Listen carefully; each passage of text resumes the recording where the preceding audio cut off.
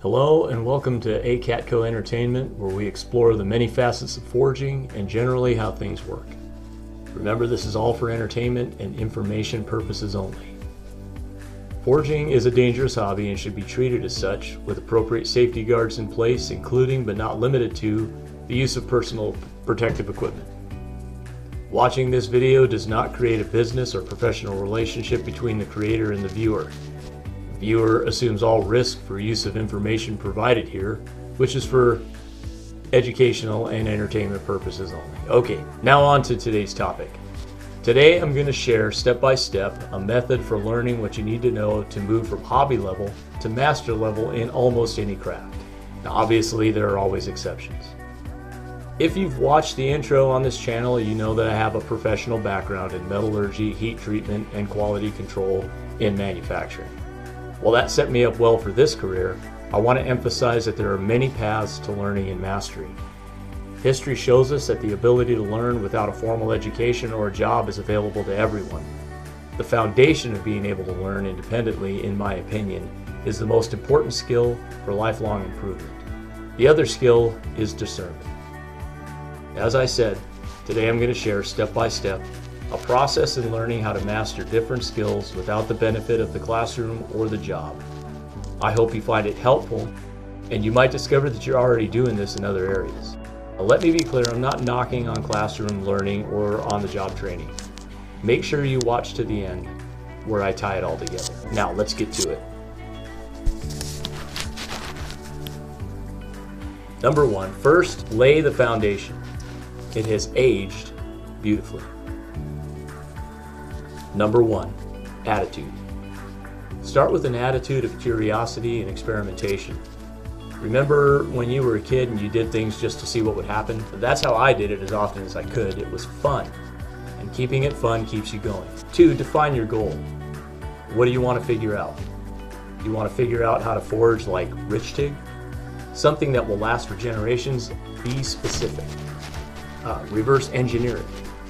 This is where you take it apart, you start asking questions, figuring it out, and bringing what you know to the process. As a kid, maybe you wanted to figure out how to ride a wheelie, which takes us to 4, discernment. Even as a kid, you didn't try to ride a wheelie until you learned how to ride the bike. You saw the parts in the process. You probably also saw kids who crashed. Since we're talking about forging, that requires an aged approach for the long game. You see what I did there? Aged. Attitude, goals, engineering, and discernment. So next is safety, and I cannot emphasize this enough. Whatever you're interested in, figure out what could be dangerous about it and study that. Discernment, good judgment, these are qualities that help keep you and those around you safe. I am sharing my experience. I mastered safety skills both the hard way and using formal methods like on-the-job training, books, models, safety courses, etc. If I were to start my journey with metalworking today, I would find an experienced mentor with years of experience to give me in real time feedback and supervision necessary to keep it safe. Books and videos are not going to give the same kind of safety net that a fresh pair of seasoned eyes will. The primary goal would be to make sure that I have all the safety rails in place before I got started. So the foundation is solid despite being aged.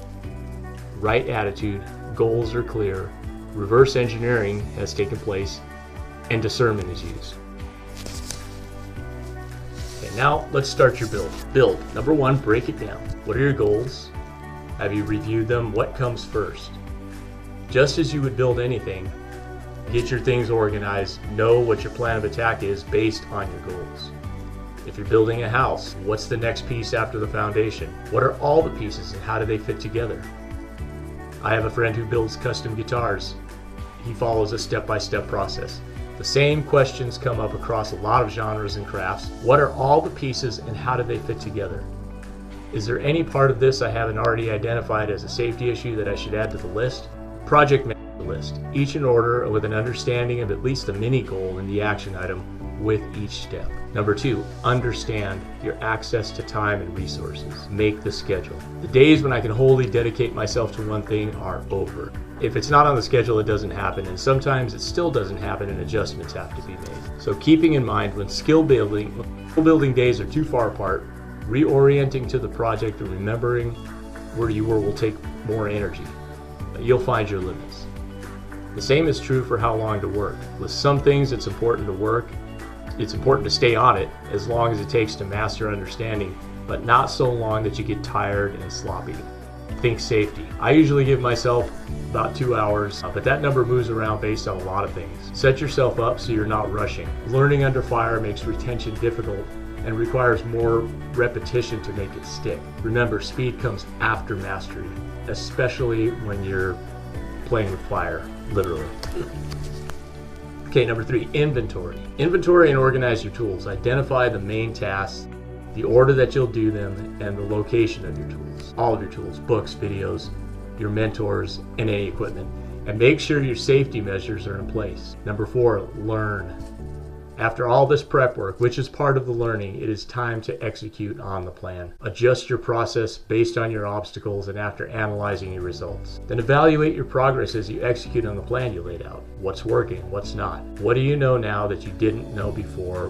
What are you good at now that since you've practiced the skill? And then 5, finally, do what's necessary to move forward. Make adjustments to the process as you identify problems, challenges, and solutions. And remain agile as you learn. You can't predict everything, but you can make adjustments as surprises pop up. Okay, here are some fine examples. No time. Learn how to assess for whether you are overcommitted or disorganized, and then get better at that skill. Are you always losing things? Well, make cleanup at the end of the day a priority. So build, break it down, understand your time and resources, inventory and organize your tools, learn, and do what's necessary to move forward. Well, thanks for sticking around. If you like this approach and you want to see more, please hit that like and subscribe button. Okay, now let's tie it together and see how that might play out in my shop if I were just getting started and didn't know what I know. So number 1, I think it would be really fun to learn how to forge. There's my attitude. And number 2, let's say I want to make a bushcraft tool for chopping and splitting wood. I know exactly what that looks like, so there's my goal. The tool I imagine has 3 parts. It has the head, the handle, and the sheath. Now I reverse engineer that. I have a basic understanding of fire, and I know how metal moves when it's hot. I know hardwood is best for tools like the one that I'm going to make. I'll make sure I pay attention to how to set up for the handle so I don't miss something in the overall process I can't easily change. And then I'll see what wood types are preferred for this type of tool. So 4, by using discernment regarding every aspect of the process, I know things will go better all around. Discernment is baked into the process. Now, I need to build my plan. Number 1, break it down. I'm going to need to read those books I found online about the step-by-step process of forging. Since they are by many different authors, I have a higher confidence that they will be accurate if they say the same thing. If they disagree with each other, I'll do additional research to see what the current thinking is and why they differ in their opinions, and make my decisions based on whether the disagreement is around safety, the high stakes, or style, a low stakes issue. I'll also check to see if there's a preferred type of metal for high stakes or low stakes reasons with respect to making the tool I'm going to make. I'll watch a few videos to see how hard it really appears to be. I'll actively seek out a mentor with lots of years of experience to consult with regarding my forge setup and my planned approach. Best practices cannot be emphasized enough here. If I can find a real-life forge set up by someone who has experience that I can realistically get to so I can observe how they do things, I will. I'll also watch a number of videos over a couple of days or more with the intention of understanding the safety measures in place.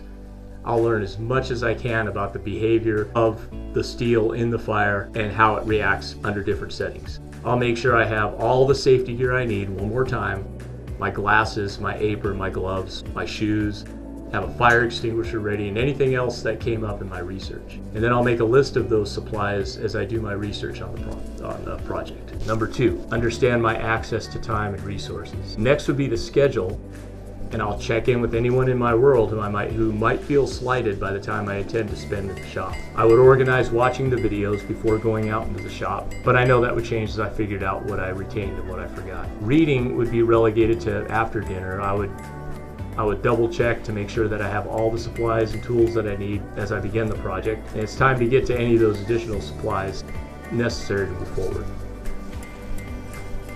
Number 3, inventory and organize tools. This is where I lay out all the pieces I need to make sure the tools are where they need to be to start the project. I check the list again so I'm not in a position where I have to stop the project because I missed something. Number 4, learn. Finally, I would be ready to implement my action items based on what I've done up to this point. And number 5, do. As I hit obstacles, I would make adjustments necessary to move forward. The point is being self-taught is doable. This method has some redundancy, and that is not an accident. The higher the stakes, the more careful you need to be. There are a lot of resources available, and hopefully this video helps organize and narrow the focus. Please let me know what you think, or if you've had a similar experience learning something, in the comments below. My plan is to do a safety video soon, sharing what I learned in my years in aerospace about safety and how it might apply to other settings. So be sure to look for that if you are looking for tips to keep the shop, you, and yours as safe as possible. I've had a great time sharing with you all today. If you enjoyed this content and want to support the channel, please like and subscribe. If you like the products we show on our videos, remember that everything I make is available on my official website, posted in the link below. Your purchase directly helps me create more videos like this one and helps me continue forging more tools and other items. So head over there now and treat yourself to something special. Thanks again for watching, and I'll catch you in the next video.